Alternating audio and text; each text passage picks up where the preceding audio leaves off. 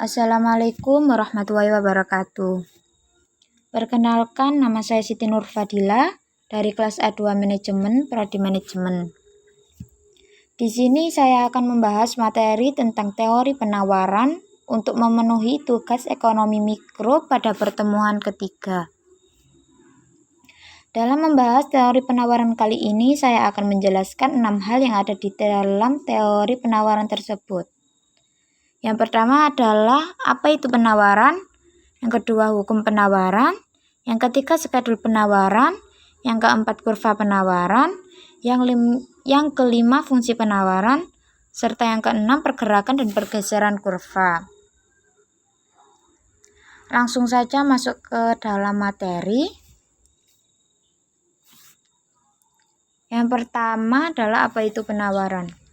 Penawaran adalah perbandingan terbalik antara penawaran terhadap harga, yaitu apabila penawaran naik, maka harga relatif akan turun. Sebaliknya, bila penawaran turun, maka harga relatif akan naik. Yang kedua adalah hukum penawaran. Hukum penawaran memiliki arti keterkaitan antara tingkatan harga tertentu dengan barang yang akan dijual atau ditawarkan. Tidak mungkin ketika harga mahal, barang yang dijual sedikit. Justru jumlah barang lebih banyak karena jarang dibeli oleh konsumen. Begitupun juga sebaliknya. Tidak mungkin barang yang harganya murah, jumlah barangnya banyak. Karena barang pasti langka disebabkan banyak diborong oleh konsumen.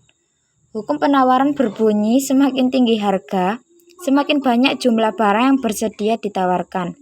Sebaliknya, semakin rendah tingkat harga, semakin sedikit jumlah barang yang bersedia ditawarkan. Dapat kita contohkan, misalnya penjual mangga dalam harga 10.000 per kilo, dia akan menjual 8 kg per hari. Namun, pada harga 20.000 per kilo, dia akan meningkatkan jumlah barang yang ditawarkan, yaitu menjual 15 kg per hari. Yang ketiga adalah skedul penawaran. Skedul penawaran dapat diartikan sebagai suatu daftar, biasanya dalam bentuk tabel yang menunjukkan tentang jumlah barang dan jasa yang ditawarkan pada tingkatan harganya. Seperti pada contoh tabel di bawah ini. Kolom pertama menunjukkan waktu, kolom kedua harga barang, dan kolom ketiga jumlah yang diminta. Tentu, dari tabel tersebut kita dapat mengetahui bahwa ketika harga barang yang paling mahal yaitu Rp600, barang yang ditawarkan akan tinggi pula yaitu 100. Dan sebaliknya, ketika harga paling rendah yaitu Rp100, maka barang yang ditawarkan juga akan rendah yaitu 40. Hal tersebut tentu menggambarkan tentang hukum penawaran. Yang keempat adalah kurva penawaran. Kurva penawaran atau supply curve adalah representasi grafis dari hukum penawaran. Hukum tersebut menyatakan hubungan positif antara jumlah yang dipasok dengan harga produk. Ketika harga naik, kuantitas yang dipasok naik. Bisa kita lihat pada contoh kurva penawaran yang ada di bawah ini. P adalah price atau harga, sedangkan Q untuk quantity atau kuantitas. Pada harga 5.000, jumlah yang diminta adalah 10. Sedangkan pada harga 25.000, jumlah yang diminta adalah 30. Hal tersebut tentu menggambarkan tentang hukum penawaran, yaitu ketika harga naik, barang yang ditawarkan juga ikut naik, begitu juga sebaliknya. Yang kelima adalah fungsi penawaran. Fungsi penawaran menghubungkan antara variabel harga dan variabel jumlah barang atau jasa yang ditawarkan. Mengikuti hukum penawaran, jika harga barang naik dengan asumsi ceteris paribus atau faktor-faktor lain dianggap tetap, maka jumlah barang yang ditawarkan akan naik. Dan sebaliknya, apabila sebuah harga barang menurun, jumlah barang yang ditawarkan juga menurun. Maka dalam fungsi penawaran, antara harga barang yang ditawarkan oleh produsen memiliki hubungan positif. Fungsi penawaran memiliki bentuk sistematis, yaitu QSX sama dengan FPX. dan diturunkan akibat faktor-faktor lain menjadi QSX sama dengan F, PX, PY, PF, M. PX adalah harga barang. Jika terjadi kenaikan harga akan meningkatkan jumlah penawaran. Jika harga mengalami penurunan akan menurunkan barang yang ditawarkan. PY untuk harga barang lain. Harga barang lain yang bersifat substitusi pengaruhnya terhadap penawaran positif. Namun, harga barang lain yang bersifat komplementer pengaruhnya terhadap penawaran yaitu negatif. PF untuk biaya produksi. Jika biaya faktor produksi tinggi, perusahaan akan rugi, bahkan akan menutup perusahaannya sehingga barang yang diproduksi akan turun. Oleh karena itu, faktor biaya produksi sangat dipengaruhi sekali terhadap jumlah barang yang ditawarkan. M untuk tingkat teknologi.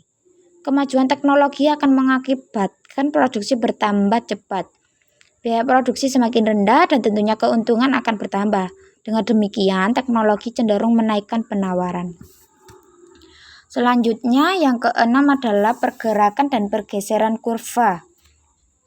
Pergerakan kurva. Pergerakan kurva penawaran diakibatkan oleh berubahnya jumlah produk yang ditawarkan produsen sebagai akibat dari perubahan harga produk tersebut. Pergerakan di sepanjang kurva penawaran terjadi ketika harga barang itu sendiri mengalami perubahan. Perhatikan gambar kurva di bawah ini. Misalnya garis SS adalah kurva penawaran sebuah donat. Pada mulanya harga donat Rp6.000 dan jumlah barang yang ditawarkan 600 unit. Kemudian jika harga donat naik menjadi Rp10.000 akan menyebabkan jumlah barang yang ditawarkan bertambah menjadi 1.000 unit. Dari perubahan harga tersebut terlihat penawaran berubah dari titik A ke titik B. Kurva di bawah menunjukkan kenaikan harga donat menyebabkan jumlah donat yang ditawarkan produsen meningkat. Selanjutnya, pergeseran kurva.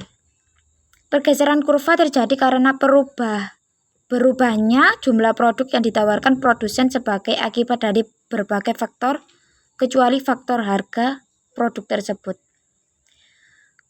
Kurva penawaran dapat bergeser dari kanan ke kiri dan sebaliknya seperti ditunjukkan oleh kurva di bawah ini. Pergeseran kurva penawaran disebabkan oleh adanya perubahan faktor-faktor lain selain harga barang itu sendiri, seperti biaya produksi, teknologi, harga barang lain, dan faktor lainnya, yang tentu sudah dijelaskan pada sebelumnya. Kurva penawaran bergeser ke kanan jika terdapat faktor-faktor yang menyebabkan penawaran bertambah dan bergeser ke kiri jika terdapat faktor-faktor lain yang menyebabkan penawaran barang tersebut berkurang. Dengan asumsi harga donat 6.000, maka penurunan biaya produksi misalnya akan menggeser kurva penawaran ke kanan, S ke S1. Dengan demikian, pada harga yang tetap, jumlah barang yang ditawarkan bertambah menjadi 800. Ketika biaya produksi naik, maka yang terjadi sebaliknya, yaitu kurva penawaran bergeser ke kiri, S ke S2. Jumlah donat yang ditawarkan berkurang menjadi 400 pada tingkat harga yang sama. Sekian dari saya, kurang lebihnya mohon maaf dan saya akhiri. Wassalamualaikum warahmatullahi wabarakatuh.